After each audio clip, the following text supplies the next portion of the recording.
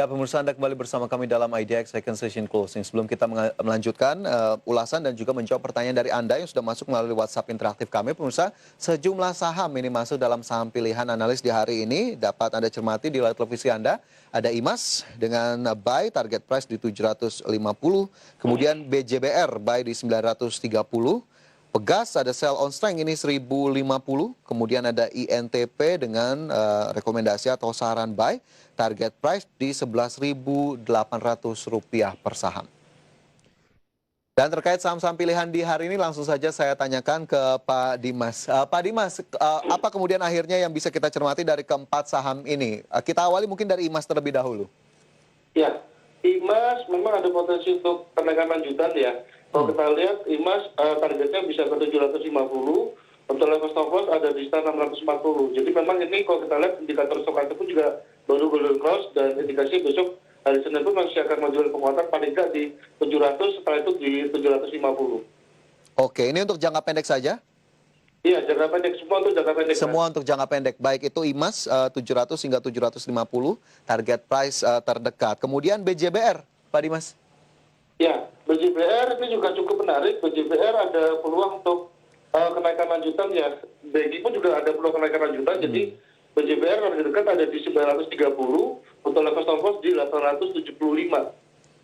Oke, stop loss di 875, sementara target price tadi di 930 untuk BJBR. Kemudian ada Pegas ini yang masuk dalam saham pilihan hari ini, sell on strength diberikan rekomendasinya. Ya, Pegas memang kalau kita lihat ada pergerakan yang cukup menarik ya. Paling nggak dia harus menyentuh 1050 dulu. Setelah itu kalau dia berhasil di atas 1050, dia bisa menguji 1150-an lagi. Jadi memang ada dua step. Paling nggak di 1050 sudah terdekat. Makanya saya lebih sell on strength untuk Pegas. Oke, jadi ada step, ada dua level price tadi yang bisa diperhatikan untuk Pegas. Sell on strength 1050. Sementara INTP? Ya, INTP balik lagi sektor pendukung untuk infrastruktur untuk konstruksi ya. Jadi dia, kalau kita lihat dia posisi double bottom, ada indikasi rebound paling nggak sampai dengan 11.800. Untuk level stop loss ada di 10.625. Oke, 10.625, target price 11.800. Ini sektor infrastruktur apakah memang secara general masih cukup oke atau spesifik saja salah satunya di semen ini, Pak Dimas? Kalau semen kita lihat hari ini juga ada semen batu raja yang cukup menarik ya. SMPR juga syutingannya juga sampai dengan 22% hari ini. Jadi kalau SMPR paling nggak dia menguji 540 sampai 550. Jadi bisa diperhatikan juga SMPR. SMBR 540 hingga 550 saat ini atau hari ini pemirsa ditutup naik 21,95% ke level 500. Apa kemudian mungkin yang bisa kita gali sedikit sentimen utama dari sektor ini, Pak Dimas, sepertinya cukup menarik? Sektor kalau kita lihat di infrastruktur memang masih belum ini ya, apalagi terkait dengan corona ya, proyek-proyeknya pun juga pasti akan sedikit terkendala karena pembangunan pun juga pasti akan melambat ya. Dan kalau kita lihat teknikalnya memang wajar ada rebound, jadi manfaatkan untuk teknikal rebound yang terjadi. Oke, jadi memang view-nya lebih ke teknikalnya sendiri dari saham-saham sektor semen. Dua diantaranya ada INTP dan juga SMBR. Baik, itu tadi 4 saham pilihan dari Pak Dimas, IMAS, BJBR, Pegas, dan juga INTP. Kita berlanjut ke ulasan sejumlah saham kembali, Pak Dimas. Pertanyaan yang masuk sudah banyak hari ini. Ada Ibu Meli di Bandung ini. Selamat sore, Ibu Meli. Menanyakan saham SIMP. Sudah punya di 296, satu pekan ke depan bagaimana. Kemudian BRIS punya di 780 dalam waktu dekat bagaimana. Kita ke SIMP terlebih dahulu. Ya, SIMP masih ada peluang masih kenaikan, Bu. Paling nggak dia menguji 322. Selanjutnya kalau berhasil break lagi dia akan menguji 340. Oke. 322 kemudian 340 begitu ya? Betul, iya. Untuk uji break SIMP sementara Ibu Meli punya di 296. Jadi sabar-sabar terlebih dahulu atau seperti apa ini Pak Dimas? Di hold saja karena masih ada peluang kenaikan lanjutan. Oke, di hold saja terlebih dahulu, masih ada peluang kenaikan lebih lanjut untuk SIMP. Sementara BRIS, Ibu Meli tadi sebetulnya kita sudah sedikit mengulas begitu ya untuk BRIS. Tapi boleh saja Pak Dimas, Ibu Meli punya di 780. Iya, BRIS selama dia di atas 760 dia masih potensi ke 800, Bu. Jadi memang hold saja. Kalau belum punya mungkin bisa beli, kalau dikasih 760 itu the best entry-nya. 800 jualan dulu. Kalau dia berhasil break lagi di atas 800, dia targetnya 880. Oke, baik. Itu tadi BRIS yang bisa diperhatikan untuk Ibu Meli di Bandung, SIMP dan juga BRIS. Semoga bisa menjadi level-level acuan untuk Anda. Sementara pertanyaan lain juga sudah masuk hari ini dari Petrus di Semarang. Ini menanyakan Excel punya posisi di 2560. Target jangka panjang atau level cut loss yang ditanyakan Pak Dimas. Kemudian entry level INDF dan juga ICBP. Kita ke Excel terlebih dahulu. Ya, Excel Axiata memang posisinya lagi ada posisi rebound ya, paling nggak dia ke 2020. Jadi memang kalau posisi 2500 agak cukup jauh, Pak. Jadi sebaiknya gimana ya, saya juga agak jauh soalnya, Mas. Oke, jadi memang bagaimana? Apakah sudah memang bisa di cut loss terlebih dahulu? Kalau kantor juga sekitar 20%-an ya. Itu balik lagi ke investornya. Jadi kalau target dekat ada sekitar 2020 untuk Excel Axiata. Oke, target terdekat di 2020. Ini sepertinya masih cukup lebar dari portofolio yang dimiliki Pak Petrus 2560 dikembalikan sekali lagi ke toleransi risiko dari Pak Petrus. Sementara ICBP, Pak Dimas? Oke, ICBP menarik juga. Dia posisinya sudah bottom.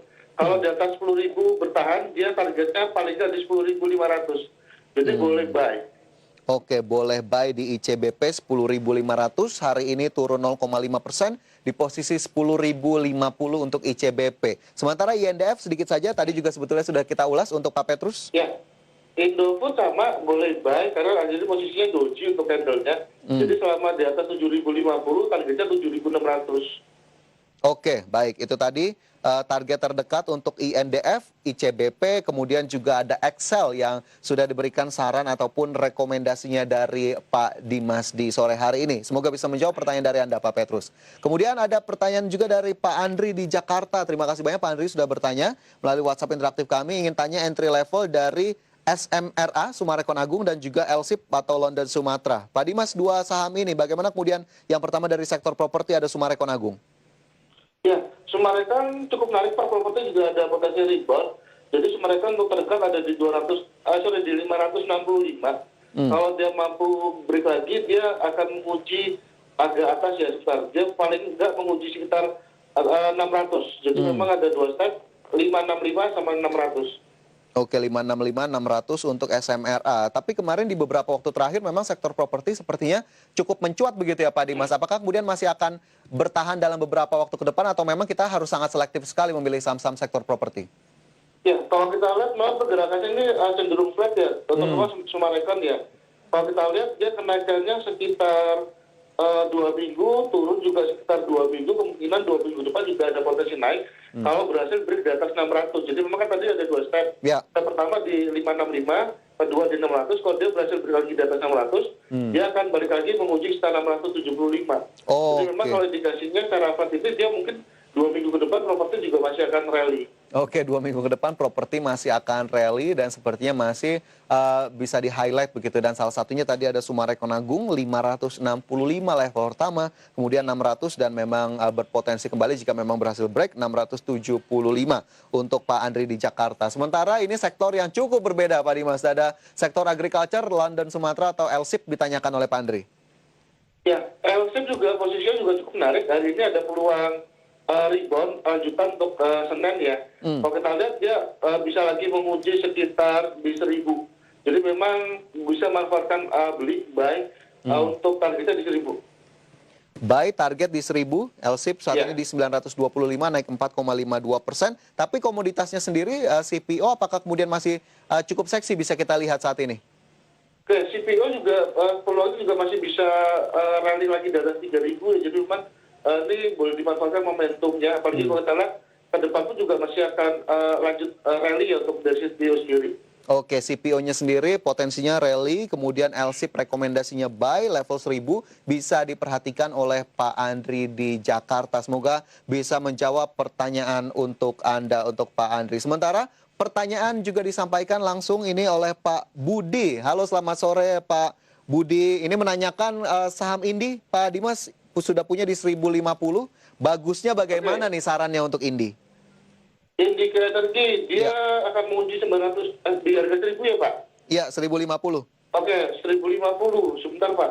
kalau kita lihat kalau dia berhasil break di atas 965, dia ada indikasi balik lagi paling nggak menguji sekitar 1100. Tapi memang target dekat di 965 dulu Pak, ya perlu diperwaspadai. Kalau dia 965 nggak kuat, dia kemungkinan balik lagi akan bergerak antara 900 sampai dengan 965 950. Oke, 965 begitu ya, ini bisa menjadi acuan untuk Pak Budi. Indi 1050 potensinya ya harapannya masih bisa kembali ke level yang dimiliki begitu ya Pak Dimas?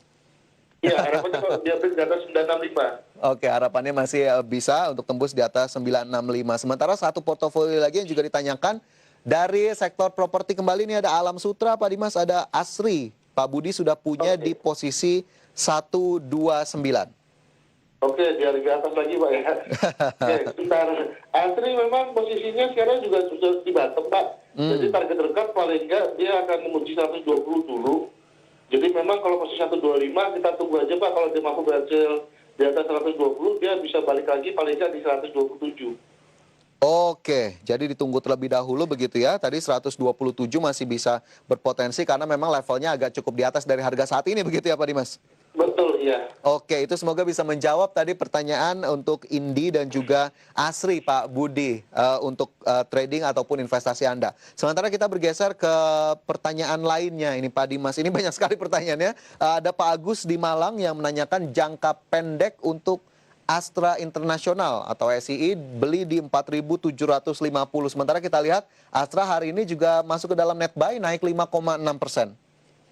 Ya, kalau Pak, targetnya di 5.100. Oke, target price di 5.100. Sebetulnya view yang jika kita lihat untuk jangka panjang sendiri, bagaimana kemudian untuk Astra?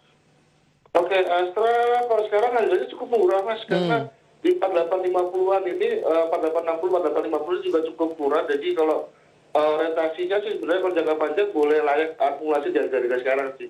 Karena posisinya dia harusnya flat ya, bergerak antara 4.350 sampai dengan paling nggak di 5.500. Jadi memang manfaatkan momentum di range tersebut untuk beli. Karena posisinya masih cukup rendah sih. Oke, manfaatkan momentum karena posisi masih cukup rendah sehingga agar lagi-lagi tidak kehilangan kesempatan begitu ya. Sementara tadi Pak Agus di Malang sudah punya di level 4.000-an begitu ya. Sementara target price tadi di atas 5.000 masih berpotensi untuk ditembus terutama dalam jangka pendek. Baik, itu untuk Pak Agus di Malang. Sementara pertanyaan lain juga sudah disampaikan, ini sepertinya anonim, ini ada pertanyaan Akset dan juga LPKR. Mau beli, tapi di berapa ya support and resistennya Pak Dimas? Oke, yang pertama tadi sama apa? Yang pertama Akset Indonesia. Oh, Akset Indonesia. Ya. Oke, sebentar. ACST balik lagi Pak, masih posisinya masih belum ada potensi untuk rebound lebih tinggi. Ditakutkan dia bisa turun lagi ke sekitar 120. Tapi kita lihat dulu kalau misalnya Bapak sudah punya, mungkin di level sekitar 190 sampai 210 itu bisa jualan dulu. Setelah itu jual, jangan masuk dulu ya.